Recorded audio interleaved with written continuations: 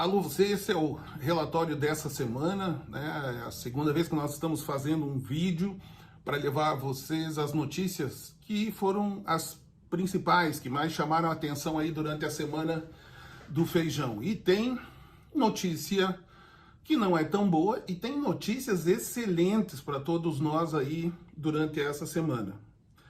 As que eu separei lá no início da semana, fazendo uma pesquisa sobre os preços do feijão carioca, eu vi que o preço subiu 36% ao produtor e baixou no consumidor. Isso mesmo, isso em relação a um ano atrás. Quando eu fui separar esses números, eu vi que a média dos preços pagos ao produtor em Minas Gerais, por exemplo, na primeira quinzena do mês de agosto do ano passado, pegando os números da Conab, foi de R$ 203 e a média desse ano de 2021, 277. Então aí deu uma diferença de 36% de valorização ao produtor. Mas nas gôndolas, gente, o preço médio na primeira quinzena de agosto de 2021 foi de R$ 8,37, que dá uma diferença de apenas 13,7% para os 7,22 de 2020. Quando eu estava mexendo nesses números, acabei vendo aqui o preço médio praticado na primeira quinzena de agosto no estado de São Paulo. E ali, segundo o IEA, Instituto de Economia Aplicada lá do estado de São Paulo, o preço ficou menor 7,7%.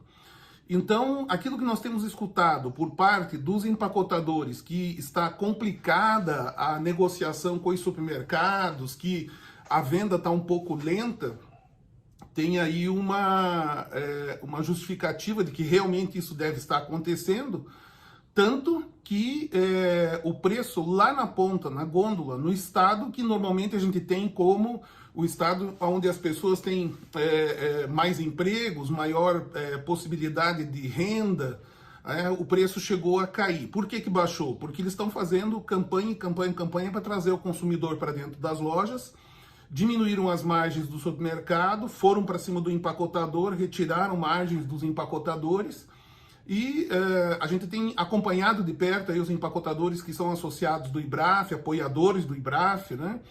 E eles têm mostrado nas planilhas de que a vida deles não está fácil lá na gôndola. Então, nem tudo são flores, né, dentro desse mercado. Na terça-feira, a gente escreveu aí sobre o feijão preto, que se mantém como opção acertada de plantio. Vocês lembram que nós chamamos a atenção desde o ano passado, por volta do mês de agosto, de que o feijão preto seria uma alternativa interessante, né? Então, nós temos visto aí os negócios reportados no Paraná, são poucos, R$ 280 foi o que andou no Paraná por feijão nacional durante essa semana, mas poucos vendedores. Há feijão ainda no Paraná, são lotes maiores, né?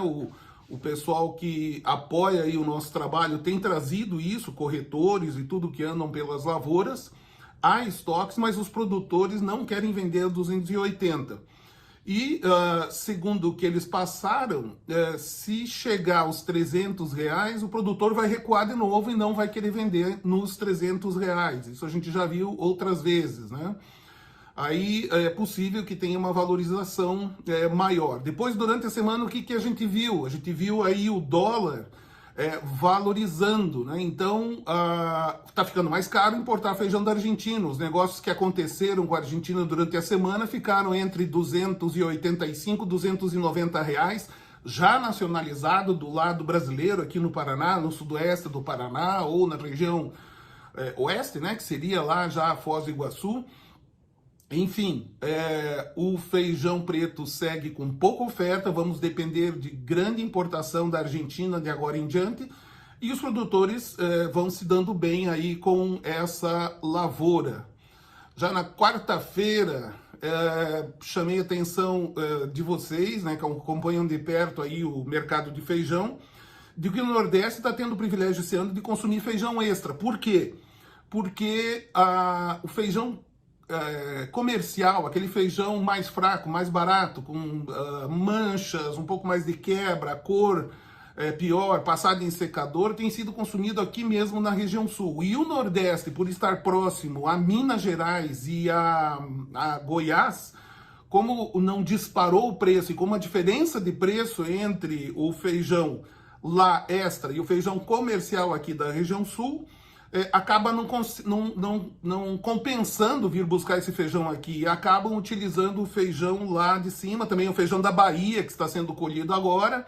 Então, que bom, né? Os nordestinos puderam esse ano, diferente de outros anos, ter praticamente o ano todo aí um feijão extra nas gôndolas. E aí, pessoas que estudam de perto o comportamento do consumidor lá na gôndola, sempre que você tem feijão extra, você tem a tendência de aumentar o consumo. E olha, eu acho que isso é verdade, porque quando eu tenho um feijão novo preto, ou eu tenho um feijão de boa qualidade, excelente, lindo, aqueles grãos bonitos, aquele caldo grosso, clarinho de feijão carioca, eu acabo não comendo uma concha só, vai uma concha e meia, vão 2 conchas e enfim, dá vontade de comer aquele feijão até mesmo frio, né? A gente confessa aqui que de vez em quando a gente pega um feijãozinho frio na geladeira, né? E é gostoso. Então, o aumento do consumo de feijão acaba ocorrendo quando você tem uma qualidade melhor. Eu acredito que realmente seja assim, que o pessoal que defende isso tem razão. Na quinta-feira, chamei a atenção de que o feijão dama e o maré encheram o mercado. Mas realmente, gente, é impressionante como esses feijões foram plantados. O doutor Menezes está de parabéns porque conseguiu acertar uma cultivar que vem agradando os produtores, agradando os consumidores, enfim. Um trabalho de 20 anos para culminar nisso.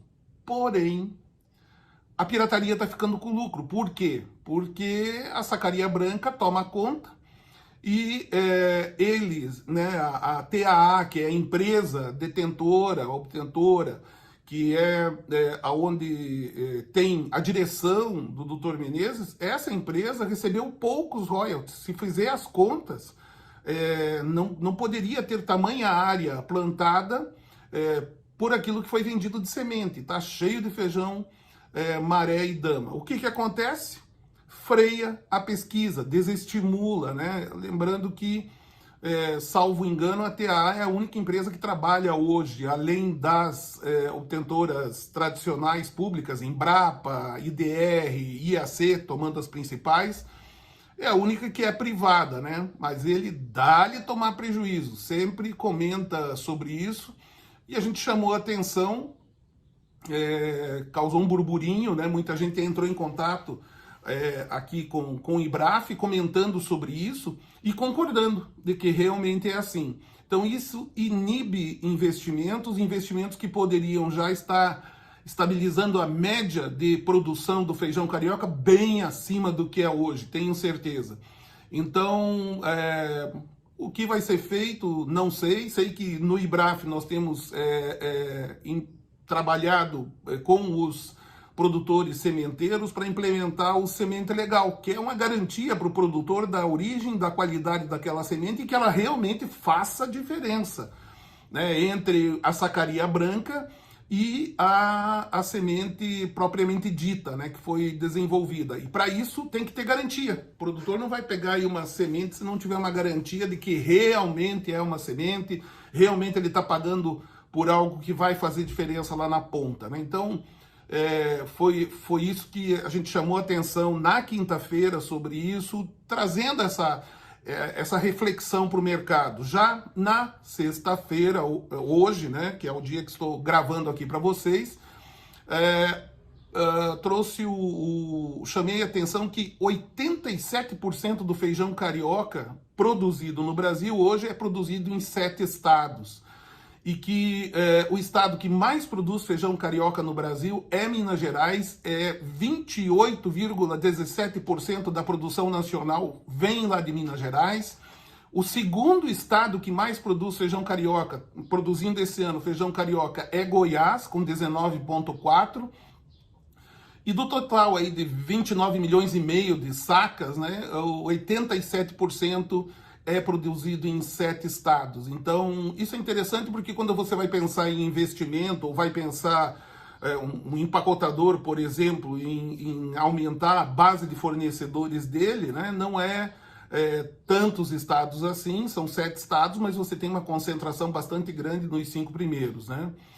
E o feijão preto, o estado que mais produz é o Paraná, 70% da produção nacional é colhida no Paraná, e o segundo tem uma participação bem menor, que é Santa Catarina, com 13%.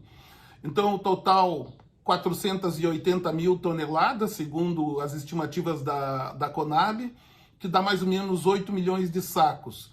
E o feijão preto, né, ele é produzido em apenas 8 estados da federação, quando o feijão carioca é produzido quase em todos os estados aí da federação. E o feijão calpi, que todos nós sabemos tem a maior produção por causa da produtividade, né, não exatamente pela área plantada, é o Mato Grosso, com 156 mil toneladas, o que dá aí 23% do total. 23% do total é produzido lá no Mato Grosso, seguido por Ceará, com 18,58%, e o Piauí, com 13,8% da produção de 11.270.000 sacas de feijão. Portanto, o feijão calpi, já de muitos anos, é o segundo feijão mais produzido no Brasil, né? 11.270.000 contra 8 milhões de sacas produzidas de feijão preto. Notícias que eu achei interessante e que nós fomos separando aqui durante a semana que afetam o nosso negócio. Famílias que perderam renda se juntam em aplicativo, esse aplicativo de celular, para comprar comida no atacado com desconto. Tem uma empresa aí chamada Facile, que se inspirou em algumas iniciativas da China e que eles vêm tendo um crescimento exponencial, mais de 2 milhões de downloads nos primeiros 2 anos da operação. E nos últimos 8 meses tiveram, em 2 anos, 2 milhões de downloads. E agora mais 2 milhões de downloads em 8 meses. Como é que funciona o lance deles? O lance deles é cortar o supermercado. Então, as pessoas se juntam num grupo de WhatsApp e compram os alimentos que estão disponíveis lá, e recebem, essa empresa cuida que vá direto do produtor em alguns casos, da indústria em outros casos, direto para esse grupo, para um ponto de apoio desse grupo, onde o produto é disponibilizado e as pessoas vão buscar lá. Tem dado condições de que as pessoas diminuam o custo da alimentação, que está bastante caro, né, mesmo no Brasil. Por N razões, a gente tem aí uma inflação pancada mesmo, né, no bolso da população, no nosso bolso, no dia a dia, né? Aí, por outro lado, existem as notícias muito interessantes sobre o plant-based. Por que a gente fala tanto do plant-based e da proteína das plantas aqui no IBRAF? Porque a base dessa iniciativa, ela é em cima dos pulses, em cima de lentilha, ervilha, grão de bico e feijão. Se você pegar lá no Google e procurar quais são as proteínas do feijão, você vai ver que é mais elevada do que a ervilha, do que a lentilha, os feijões. Tem aí um pulse que a gente nem tem aqui no Brasil, acho difícil que tenha plantio aqui, nunca vi muita coisa, né? Mas é o tremoço. O tremoço tem uma proteína bastante alta também. Então, a base da carne vegetal que a Sadia lançou, inclusive hoje tive o privilégio de fazer uma live. Depois vocês podem dar uma olhadinha. A gente fez hoje no início da tarde uma live lá no Notícias Agrícolas com o pessoal da BRF comentando sobre exatamente o crescimento desse mercado. Vem mais notícia por aí, a semana que vem a gente vai explorar mais isso, porque tem a ver com você que está aí, seja produtor, seja comerciante. Isso é de impacto direto no nosso negócio, né? Uma outra pesquisa interessante para o setor é que o IPEC, o que é o IPEC? Deixa eu até pegar aqui minha cola aqui, Inteligência em Pesquisa e Consultoria, IPEC, antigo Ibope Inteligência. Eles fizeram uma pesquisa esse ano que dá conta de que tem mais pessoas deixando de consumir carne no Brasil. Agora, cá entre nós, né? Não é só a gente que é vegetariano ou vegano que está deixando a carne algumas vezes por semana. O preço da carne, aonde chegou, as pessoas vêm procurando descobrir alternativas. E tem uma iniciativa muito interessante. O Ricardo Laurino, que é o presidente da Sociedade Vegetariana Vegana Brasileira, Vegetariana Brasileira, é amigo aqui do IBRAF, é amigo da gente, tem aí uma parceria já conosco aí em alguns sentidos. Qualquer dia eu vou trazer mais detalhes para vocês. Mas ele chama a atenção de que as refeições vegetarianas bem balanceadas podem substituir algumas vezes a carne. E o que está acontecendo com o brasileiro? 46% dos brasileiros já estão em alguns dias da semana, ou pelo menos um dia da semana, deixando a carne de lado e tendo uma alimentação naquele momento vegetariana. Então esse aí é o pessoal do Segunda Sem Carne, por exemplo. Eu não lembrava, mas a matéria destacou aqui que esse movimento da Segunda Sem Carne tem como embaixador o Paul McCartney lá dos Beatles. Quer dizer, o cara realmente chacoalha o mundo quando ele fala alguma coisa, tem um monte de gente que segue o que ele fala. E ele defende pelo menos um dia sem carne. Detalhe, o Brasil é o país com maior adesão, maior volume de pessoas aderindo ao Segunda Sem Carne, ou um dia da semana sem carne, cada um escolhe um lá. E é interessante que chamou a minha atenção pelo menos, tá? Que os restaurantes corporativos, escolas particulares e públicas, restaurantes de organizações, de empresas, né? Então, no final das contas, são 300 milhões de refeições com fontes vegetais de proteína desde o seu lançamento. É o que eles calculam aí que foi consumido no Brasil de refeições sem carne. Cada prato sem carne é mais feijão, é mais lentilha, mais ervilha, mais grão de bico aí que é necessário. A Mônica Buava, lá que é diretora da Sociedade Vegetariana Brasileira, ela diz que a ideia da campanha não é tirar alguma coisa do prato, mas acrescentar no prato. E acrescentar algo da agricultura familiar também, apoiando as pessoas que estão em torno das cidades, nos cinturões, né, verdes da cidade. E essas combinações proteicas que acabam passando pelo feijão são o alvo deles.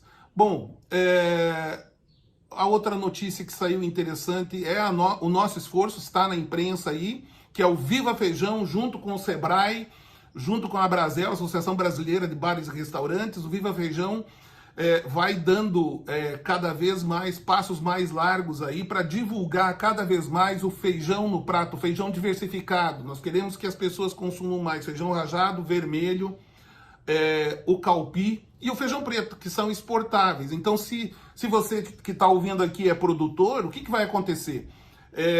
Você vai gerar excedente sem problema. Você produzir o seu feijão lá, não vai ter problema, de repente, que o governo não está comprando e tem excesso de oferta. Por quê? Porque esses feijões que eu citei, que fazem parte do Viva Feijão, são feijões que têm mercado internacional. Então, o Viva Feijão, com os chefes de restaurante, vem coisa muito interessante aí, gente. Tem uns youtubers aí que vão se envolver, o pessoal que faz a cabeça da garotada aí está prometendo se envolver também. Uma outra iniciativa que atinge o nosso setor, interessante. Há várias opiniões aí, assim, se dá certo, se não dá certo, mas é uma experiência da Unilever com a marca Knorr. Lembra daquele negócio lá, Knorr é melhor? Por sinal, até eu tenho aqui, ó, coincidência, eu tenho uma latinha de feijão desse pessoal aí, ó, saladinha de grãos, tem lentilha, feijão fradinho e quinoa e tal. Então, esse pessoal aqui tá lançando uma marca agora de feijão empacotado, né? Vamos ver como é que fica. É uma empresa chamada BR Brands, que tem a licença, né, da Unilever, que é a detentora da marca, e eles querem fazer chegar no consumidor o feijão carioca preto e fradinho premium, segundo eles. Vamos observar aí como vão as coisas. A gente tem aí uma reunião com o CEO deles durante a semana que vem para saber como que isso pode favorecer o nosso setor, você que é comerciante, você que é corretor, você que é produtor de feijão. Gente, o que eu tinha para vocês é isso. Vou deixar aqui embaixo depois o link para essa matéria, para essa live que a gente teve hoje no início da tarde, na sexta-feira, lá no Notícias Agrícolas, com o pessoal da BRF. Muito interessante, plant-based, vem aí carne vegetal para tudo quanto é lado. E não tem problema, viu, se você criar boi. Não vai faltar cliente para você, porque o mundo tem falta de carne e vai cada vez consumir mais.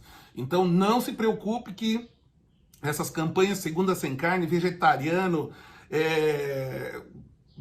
carne vegana, vegetariano, carne vegetal, não vai fazer diferença para você aí, porque o mundo precisa cada vez mais de alimentos, de proteína, e a proteína animal vai continuar sendo a preferida. Nem todo mundo vai ter grana para pagar, isso é verdade. O que é bom para nós que produzimos também muito boizinho, muito porquinho, muito frango aí pelo Brasil afora. Gente, era isso, não era para se delongar tanto, me falaram, me puxaram a orelha aqui já de que eu passei do limite do tempo aqui, mas é difícil colocar tanta informação legal para vocês. Curta aqui, seja membro do canal aqui no YouTube, espalhe isso aqui, porque quanto mais pessoas falarem e pensarem em feijão, mais você vai comercializar o feijão. Essa é a intenção do Marcelão aqui, essa é a intenção do IBRAF, de que a gente possa, atomizando as informações, fazer com que vocês possam ter um feijão cada vez mais lucrativo para vocês e que o povo tenha o feijão num preço justo. Viva o feijão do Brasil! E vamos em frente, vamos aí para sábado uma feijoada, quarta-feira feijoada e durante a semana feijão variado no prato. Abraço para vocês, bons negócios.